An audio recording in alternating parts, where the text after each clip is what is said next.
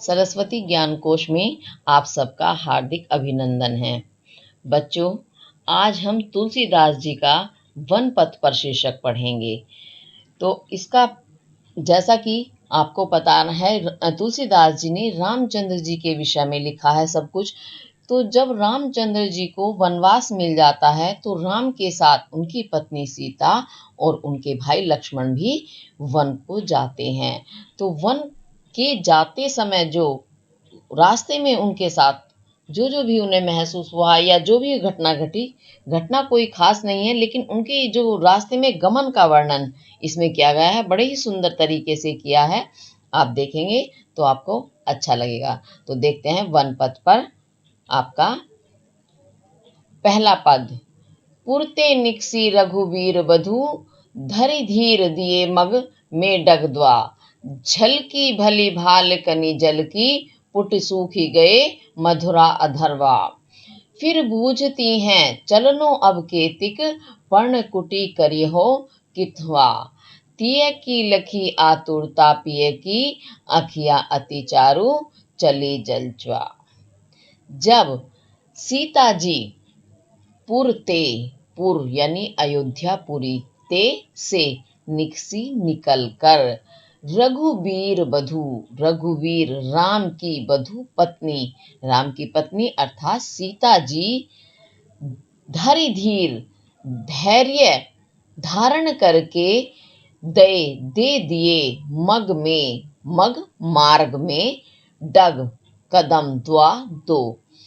जब रघुवीर वधू, रघुवीर की पत्नी अर्थात सीता जी ने पुरते निकसी अयोध्यापुरी से निकलकर, धरि धीर धैर्य धारण करते हुए, मग में मार्ग में, डग द्वा, द्वा दो, डग कदम दे दिए अर्थात रखे, रख दिए। तो क्या हुआ, यानी अयोध्यापुरी से निकलते ही मार्ग में चलने पर, थोड़ा सा चलने पर ही, कैसे चली सीता जी? धैर्य धारण करके, क्योंकि वो तो बड़ी सुकुमारी हैं, महलों की रहने वाली हैं, उन्होंने कभी कष्ट नहीं देखा, पैदल चलना नहीं देखा, लेकिन आज उन्हें मार्ग में जाना पड़ रहा है पैदल, और वो भी नंगे पांव, इसीलिए बताया गया कि धैर्य धारण के साथ। तो क्या हुआ जब उन्होंने मार्ग में 2 कदम रखे अर्थात कुछ दूर चली। झलकी भरी भाल, झलकी झलक पड़ी, भरी पूरे, भाल मस्तक पर माथे पर, कणी, कणी यानी कण, जल की अर्थात पसीने की। तो पसीनों की कणी, कण अर्थात पसीनों की बूंदे जो हैं, भरी भाल उनके पूरे मस्तक पर या पूरे माथे पर झलकी, झलक आए, यानी उनके माथे पर पसीने की बूंदे झलक आई। और क्या हुआ? पुट सूखी गए मधुरा अधर्द, पुट सूखी गए, और उनके जो पुट थे होठ सूखी गए, सूख गए कैसे? मधुरा अधर वा, वे जो उनके मधुर सुंदर आधर होठ थे वो दोनों ही सूख गए, दोनों होठ सूख गए उनके, प्यास के कारण या गर्मी के कारण चलते हुए। फिर बूझती हैं, और फिर उसके बाद जब उनके मस्तक पर पसीने की बूंदें छलक आई, उनके दोनों सुंदर होठ सूख गए, तब वे बूझती हैं, बूझ रही हैं, बूझना यानी पूछना, क्या पूछ रही हैं? चलनो अब केतिक, कि अब केतिक कितना चलनो, चलना है। तो वो रामचंद्र जी से पूछती हैं कि अब हमें और कितना चलना है। पर्णकुटी करिहो कितवा, और पर्ण पत्तों की कुटी, कुटिया करिहो करोगे अर्थात बनाओगे, कितवा कहाँ पर, और कहाँ पर आप पत्तों की कुटिया बनाओगे, जहां पर उन्हें निवास स्थान बनाना है, रहना है।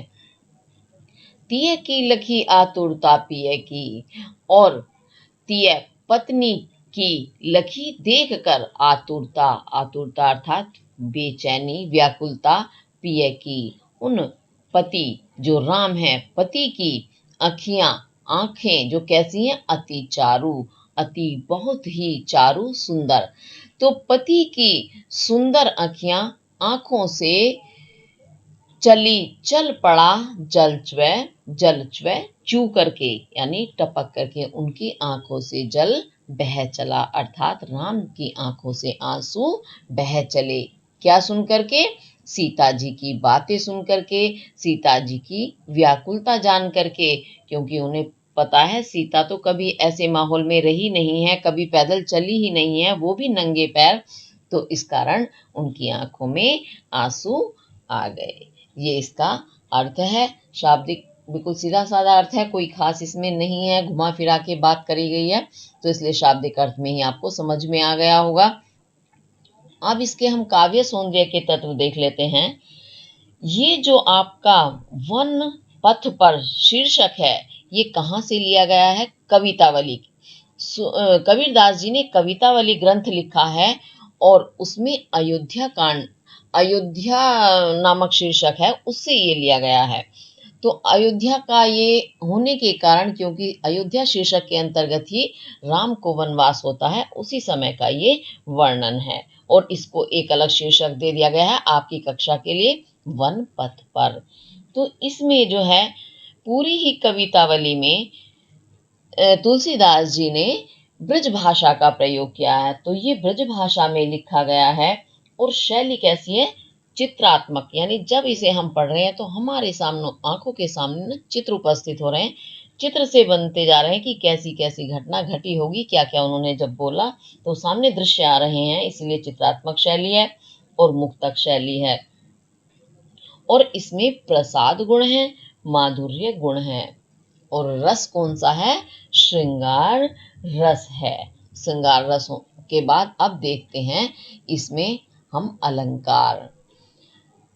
रघुबीर बधू बा बावण की आवृत्ति, धरि धीर धा धावण की आवृत्ति, मग में डग गा गावण की आवृत्ति हो रही है।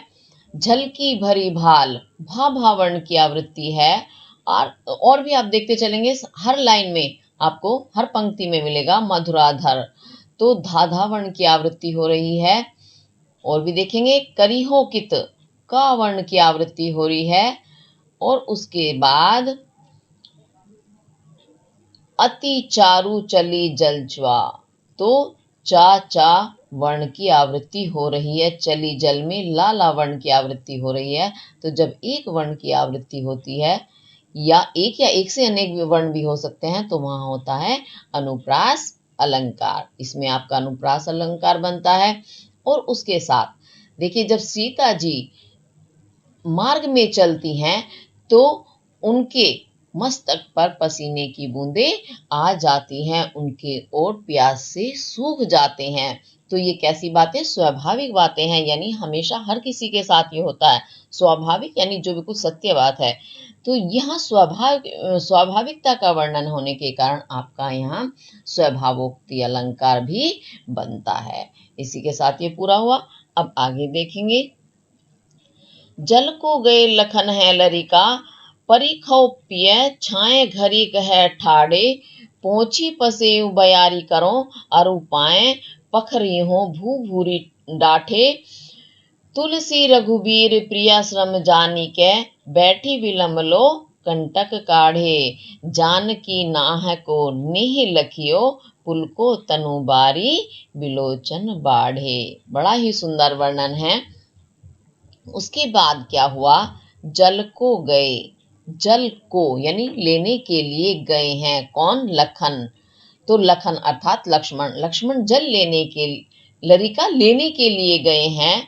तो पिय, हे प्रियतम, घरीक घड़ी भर के लिए, छा यानी छाया में, ठाड़े वहा हम खड़े हो जाते हैं, और परीखो उनकी प्रतीक्षा कर लेते हैं। तो रामचंद्र जी ने जब सीता की प्यास को देखा, उनकी बेचैनी को देखा, उन्होंने लक्ष्मण को जल लेने के लिए भेज दिया। तो सीता जी उसी बात को बता रही हैं कि पिय, हे प्रियतम, लखन लक्ष्मण जल को गए हैं लरिका, जल लेने के लिए गए हैं, इसलिए परिखो यानी प्रतीक्षा कर लेते हैं। कहाँ? घड़ी भर के लिए वह ठाड़े खड़े होकर के छाया में, यानी छाया में खड़े होकर उनका घड़ी भर इंतजार कर लेते हैं। और उसी बीच क्या कर लेना है मुझे? पोछी पसेऊ, पसेऊ यानी पसीने को पोंछ लूंगी मैं इतनी देर में, इतने लक्ष्मण जल लेकर के आएंगे, मैं अपना पसीना पोंछ लूंगी। और बयारी करो, बयार कहते हैं हवा, हवा करो कर लूंगी, क्योंकि पसीने आ रहे हैं तो अपने पल्ले बल्ले से वो जैसे भी है हवा कर लेंगी, ऐसा वो कह रही हैं।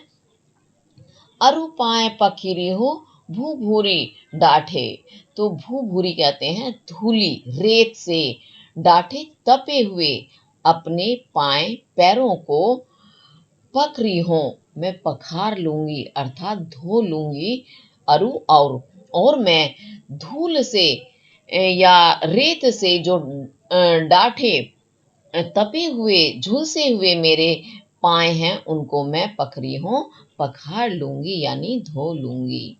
तो तुलसीदास जी कहते हैं कि रघुवीर प्रिया समझानी कै, तो रघुवीर अर्थात श्री राम ने प्रिया अपनी प्रिया पत्नी के श्रम यानी परिश्रम को, थकान को जान करके जान लिया, और बैठ करके विलंब लो, विलंब कहते हैं देर, लो तक यानी देर तक, कुछ देर तक कंटक काढ़े, कंटक कांटे काढ़े निकाले, कहाँ से निकाले? सीता जी के पैरों में, क्योंकि सीता जी नंगे पैर थी तो रास्ते में उनके पैरों में कांटे लग गए थे, चुभ गए थे। तो तुलसीदास जी वही बता रहे हैं, जब रामचंद्र जी ने सीता जी की ये बात सुनी तो रघुवीर राम ने प्रिया श्रम जाने के, पत्नी के परिश्रम को, परिश्रम यानी रास्ते में चलने का उन्होंने परिश्रम ही तो किया, तो वो जान गए इस परिश्रम से उन्हें थकान हो गई है, तो उस श्रम को, उनकी थकान को जान करके बैठी, वो वहीं पेड़ की छाया में बैठ गए और विलंब लो कुछ देरी तक कंटक काढ़े, उन्होंने सीता जी के पैर से कांटे निकाले। और जानकी नहा को नेह लखियो, जानकी सीता जी का नाम है, तो जानकी ने नहा यानी पति के नेह प्रेम को लखियो देखा, तो वो प्रेम से देख रही थी पति के प्रेम को कि कितने प्रेम से राम उनके पैर से कांटे निकाल रहे हैं। तो जानकी सीता नाहा को अपने पति के नेह लखियो प्रेम को देखकर पुल को तनु उनका शरीर पुलकित हो गया, रोमांचित हो गया, प्रेम से उनका शरीर प्रफुल्लित हो उठा। और क्या हुआ? बिलोचन नेत्रों से बारी जल बाड़े बह चला, तो खुशी के कारण कि उनके पति उनसे इतना स्नेह करते हैं, ये देख करके उनके नेत्रों से जल बह चला। ये आपका इसका अर्थ और भावार्थ पूरा हुआ। अब हम इसमें देखते हैं इसके काव्य सौंदर्य के तत्व। तो इसमें आपकी ब्रजभाषा है और श्रृंगार रस है। आप देख रहे हैं सीता जी और रामचंद्र जी की प्रेम की बातें चल रही हैं, और छंद आपका सवैया है। अच्छा, पहले वाले छंद, इसमें जितने भी हम छंद ये पढ़ रहे हैं ये सवैया छंद में ही लिखे गए हैं, वनपथ के सारे ही छंद। और शैली आपकी मुक्तक है। गुण कैसा है? माधुर्य, मधुरता प्रदान कर रहा है। और शब्द शक्ति आपकी लक्षणा और व्यंजना है। और उसके साथ ही और चीजें हम देखते हैं, और क्या अलंकार देखेंगे, अलंकार ढूंढेंगे। लखन है लरिका, लाला वर्ण की आवृत्ति, परिखो पिया पापा वर्ण की आवृत्ति है, पोची पसेऊ पापा वर्ण की आवृत्ति है। और भी देखेंगे, पाए पखी रहो पै वर्ण की आवृत्ति हो रही है। और भी देखते चलें, कुछ भी नजर से छूटना नहीं चाहिए। बैठी विलंब बा वर्ण की आवृत्ति हो रही है। कंटक काढ़े का वर्ण की आवृत्ति है। ना है को नेह ना, और जानकी में भी ना है। तो बारी बिलोचन बाढ़े बा वर्ण की आवृत्ति है।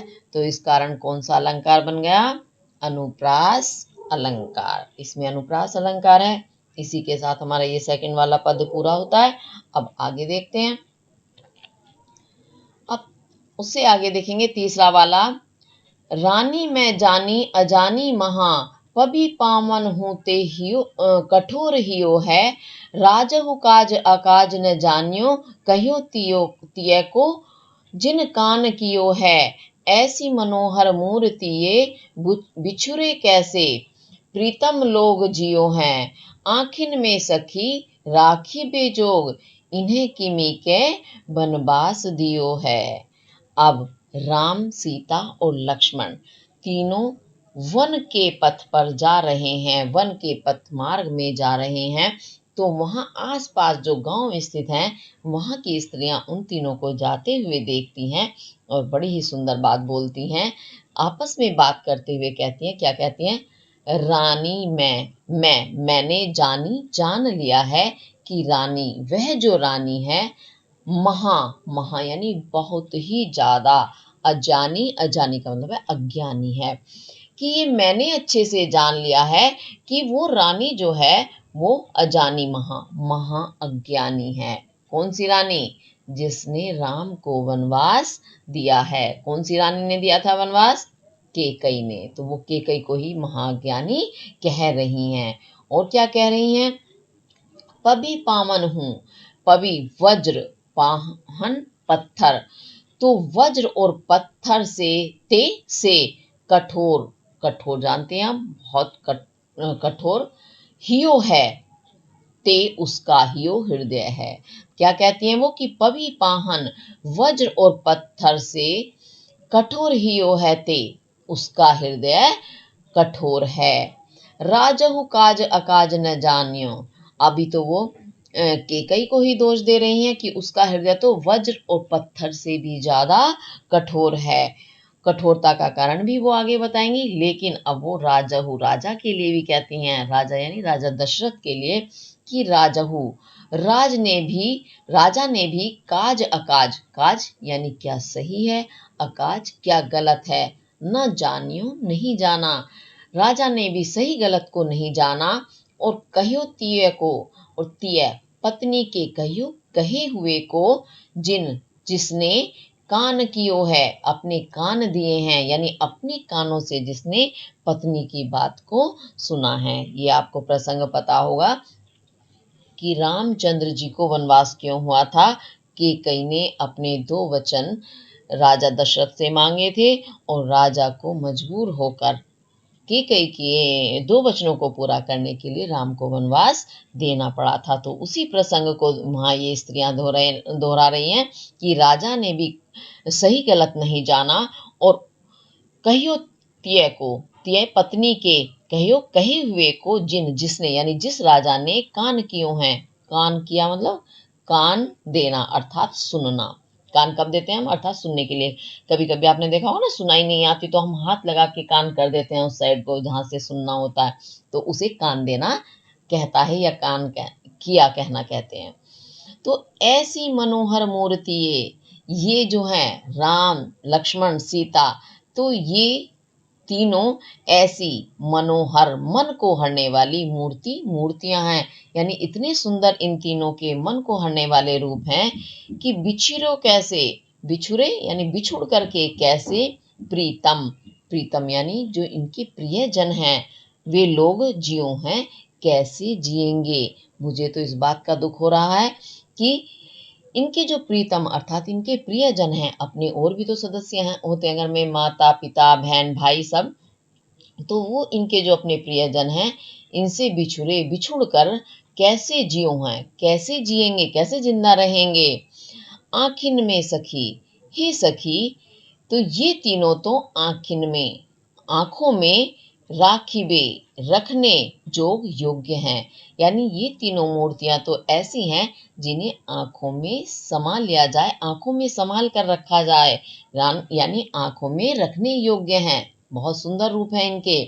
इन्हें किमी के, तो इन्हें, इन तीनों को किमी के, किस कारण वनवास दियो है, वनवास दिया गया है। इतने सुंदर रूप देखकर जो हमेशा ऐसा अनुभव होता है, आंखों में रखने का तात्पर्य क्या होता है कि हम इन्हें अपनी आंखों के सामने रखें, कभी हमारी आंखों से ओझल ना हो। तो ऐसे सुंदर मूर्तियों को, उन मूर्ति से मतलब ये प्रतिमा नहीं है, मूर्ति अर्थात इनकी रूप इतने सुंदर हैं, इनसे बिछुड़ कर कोई कैसे रह सकता है, और कैसे ऐसे सुंदर लोगों को, सुंदर बच्चों को वनवास दे दिया गया है। ये इसका अर्थ है। आज समझ में आया होगा। वैसे तो इसमें सीधा साधा है, कोई विशेष नहीं है, सीधी बात है। अब इसके काव्य सौंदर्य के तत्व देख लेते हैं। जैसा कि पहले बताया गया है कि इसमें भाषा जो है ब्रज है, गुण इसका माधुर्य है और शैली मुक्तक शैली है, ठीक है। और उसके साथ इसमें समैया छंद है और शब्द शक्ति इसमें अभिधा, लक्षणा और व्यंजना तीनों का समावेश है। और अनुप्रास अलंकार बनता है, जैसा कि मैं बार बार बताती हूँ, आप खुद भी ढूंढ सकते हैं। जानिए जानी जाजावर्ण की आवृत्ति हो रही है और पबी पाहन पापा वर्ण की आवृत्ति हो रही है। राजहु काज अकाज जा वर्ण की आवृत्ति हो रही है जानियों में भी। और जिन कान की ओहा का और नाना वर्ण की आवृत्ति हो रही है। ऐसी मनोहर मूर्ति ये मामा वर्ण आ रहा है और प्रत्येक लाइन में आप देखते चलेंगे। और देखिए, शीस जटा और बाहु विशाल बाबा वर्ण की आवृत्ति हो रही है। बिलोचन लाल में ला वर्ण की आवृत्ति हो रही है। तून सरासन बान में नाना वर्ण की आवृत्ति है। और भी देखेंगे, 12 ही बार बाबा वर्ण की आवृत्ति है। और देखिए, अच्छा ये तो अभी हमने फर्स्ट वाला पढ़ा है, तो ये मतलब तीसरा वाला पढ़ा है, तो तीसरे में हमने यहाँ तक देखा है आपके कौन कौन से अनुप्रास अलंकार है। और नहीं है इसमें, क्योंकि इसमें और कुछ नहीं बताया गया है, सिर्फ अनुप्रास अलंकार बनता है क्योंकि एक वर्ण की आवृत्ति होने के कारण। अब उसके बाद चौथा देखेंगे, शीस जटा और बाहु विशाल बिलोचन लाल तिरछी सी भोहें तून सरासन बान धरे तुलसी बन मार्ग में सुठी सोहे। सादर 12 बार सुभाए चित तुम त्यों हमरो मन मोहे। पूछती ग्राम बधु सियसो कहो सांवरे से सखी रावरे को हैं। अब इसमें देखेंगे, अब वही स्त्रियां जब राम को देखती हैं तो उन पर मोहित हो जाती हैं। मोहित होने से मतलब ये है कि उनकी सुंदरता को देखकर वो उनकी तरफ आकर्षित होती हैं और पूछती हैं। शीस जटा, शीस सिर पर, जटाएं हैं जिनके, उर कहते हैं हृदय को, बाहु भुजाएं जिसका हृदय और भुजाएं विशाल यानी विशाल हैं, बहुत बड़ी बड़ी हैं। और बिलोचन नेत्र लाल हैं जिनके। और क्या है, तिरछी सी भौहें, और जो उनकी भौहें हैं वो कैसी हैं, तिरछी सी हैं, जैसे धनुषाकार की होती है ना, तो वो तिरछी धनुषाकार भौहें बहुत सुंदर मानी जाती हैं। तो ऐसे ही रामचंद्र जी की भौहें तिरछी हैं, धनुषाकार वाली हैं, तो वो बड़ी ही सुशोभित हो रही हैं। सिर पर जिनके जटाएं हैं, जिनका हृदय या सीना और भुजाएं विशाल हैं, और लोचन जो है, नेत्र जो है वो लाल हैं, और तिरछी सी जिनकी भौहें हैं। ऐसे तून, तून कहते हैं तरकश को, और सरासन धनुष बाण धरे धारण किए हुए हैं। तरकश धनुष और बाण जिन्होंने धारण किए हुए हैं। तुलसीदास जी कहते हैं, वे ऐसे जिनका भी हमने ऊपर वर्णन किया है, ऐसे वो राम वन मार्ग, वन यानी वन के मार्ग, मार्ग में रास्ते में सुठी बहुत ही अधिक सोहे सुशोभित हो रहे हैं, बड़े ही सुंदर लग रहे हैं वो मार्ग में जाते हुए। और सादर 12 बार, सादर सा सहित आदर, आदर के सहित यानी आदर के साथ 12 बार बार बार सुभाए अपने स्वाभाविक रूप से चितय तुम, चितते हैं तुम तुम्हें, यानी तुम्हें वो बार बार आदर के साथ स्वभाव से ही देखते हैं, प्रेम के साथ, सुभा मतलब सुंदर भाव के साथ देखते हैं। ज्यों हमरो मन मोहे त्यों, तो इस प्रकार जब वो इस रूप में तुम्हें देख रहे हैं और इतनी सुंदर उनका रंग रूप है, त्यों इस रूप में हमरो हमारे मन मोहे, मन को मोहित कर रहे हैं ये राम जो दिखाई दे रहे हैं।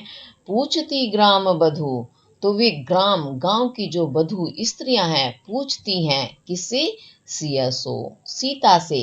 तो वे ग्राम की स्त्रियां, ये बात जो भी ऊपर बताई गई है तुलसीदास जी बता रहे हैं, वो ग्राम की स्त्रियों ने जो अभी ऊपर वार्ता कर रही थी वो अब सीता जी से बात करती हैं। क्या पूछती हैं, कहो, कहो यानी बताओ, सांवरे से, ये सांवले से रंग वाले, हे सखी रावरे तुम्हारे को हैं, कौन है। तो ये सांवले से जिनकी सिर पर जटाएं हैं, जिनका हृदय भुजा इतनी विशाल हैं, लाल जिनके नेत्र हैं, तिरछी सी जिनकी भुएं हैं, जिन्होंने तरकश बाण धनुष बाण धारण किए हुए हैं और जो मार्ग में चलते हुए इतने सुंदर लग रहे हैं, इतने सुशोभित हो रहे हैं और बार बार वो बड़े आदर के साथ तुम्हें देखते हुए सुशोभित हो रहे हैं और हमारे मन को तुम्हें इस रूप में जब वो देखते हैं तो इस रूप में वो हमें बहुत ही ज्यादा मन मोहित कर रहे हैं हमारा।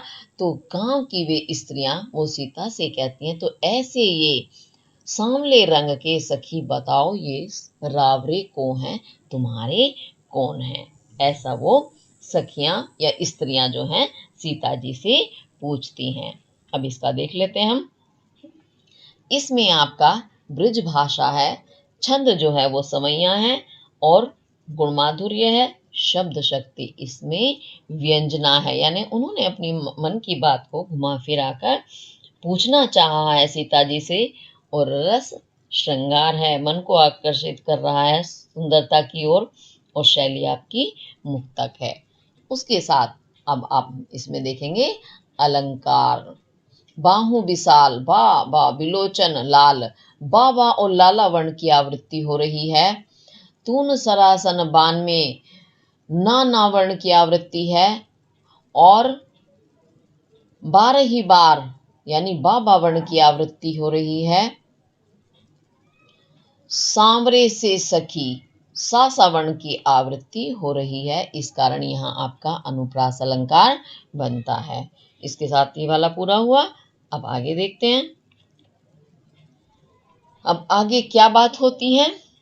सुनी सुंदर बैन सुधा रस साने, सियानी है जानकी जानी भली, तिरछे करी नैन दै सैन तिन्हा, समुझाई कछु मुसुकाई चली, तुलसी तेहि ओसर सोहे सभा, अवलोकति लोचन लाहु अली, अनुराग तड़ाग में भानु उदा, बिकसी मनो मंजुल कंजकली। देखो कितना सुंदर वर्णन है।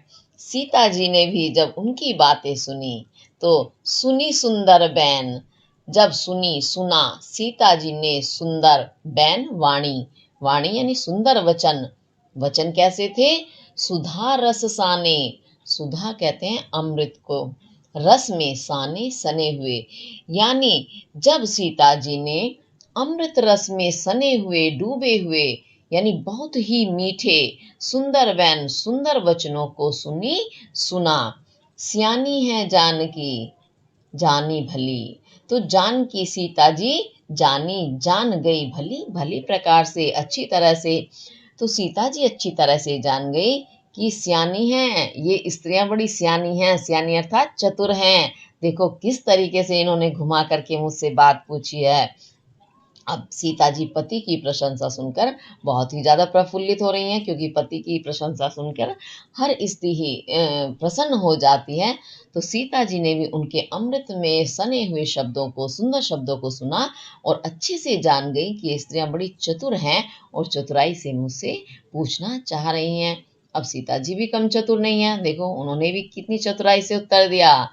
तिरछे करी नैन, नैन अपने नेत्रों को तिरछे करी, तिरछे करके, तिरछे करते हैं कैसा होता है, चितवन बोलते हैं इसे, यानी टेढ़े नैन करके एक साइड दोनों नेत्रों को झुका करके, दै सैन तिन्हें, तिन्हें यानी उन्हें सैन दे, सैन दे करके, सैन देना कहते हैं भुहों के इशारों से। तो भुहों के इशारों से उन्होंने उन्हें तिरछा नेत्र करके समुझाई कछु, कुछ समझा दिया, यानी जो वो पूछना चाह रही थी उन्होंने भी तिरछे नेत्र करके अपनी भूहों से इशारा दे करके समुझाई, उन्हें समझा दिया, बता दिया यानी मुंह से बोलने की तो आवश्यकता ही नहीं पड़ी। नेत्रों के भौं के इशारों से उन्होंने बता दिया कि ये मेरे पति हैं। और ऐसा समझा करके कछु मुस्काई, कुछ मुस्कुराती हुई सीता जी चल दी, बिना मुख के सारा वर्णन करके, मुख खोले बिना। तो तुलसीदास जी कहते हैं, तेहि उस अवसर पर सोहे सबा। सीता जी की उस बात को समझ करके, जान करके सबा, सारी जो वो स्त्रियां हैं गांव की, सोहे, सुशोभित हो रही हैं, बड़ी ही सुंदर लग रही हैं। और वो क्या कर रही हैं? अवलोकती, देख रही हैं, अवलोकन कर रही हैं ना राम का। और लोचन लाहु अली, अपने सुंदर नेत्र रूपी भंवरों से वो राम को देख करके अपने नेत्रों को आनंदित कर रही हैं, आनंद दे रही हैं अपने नेत्रों को।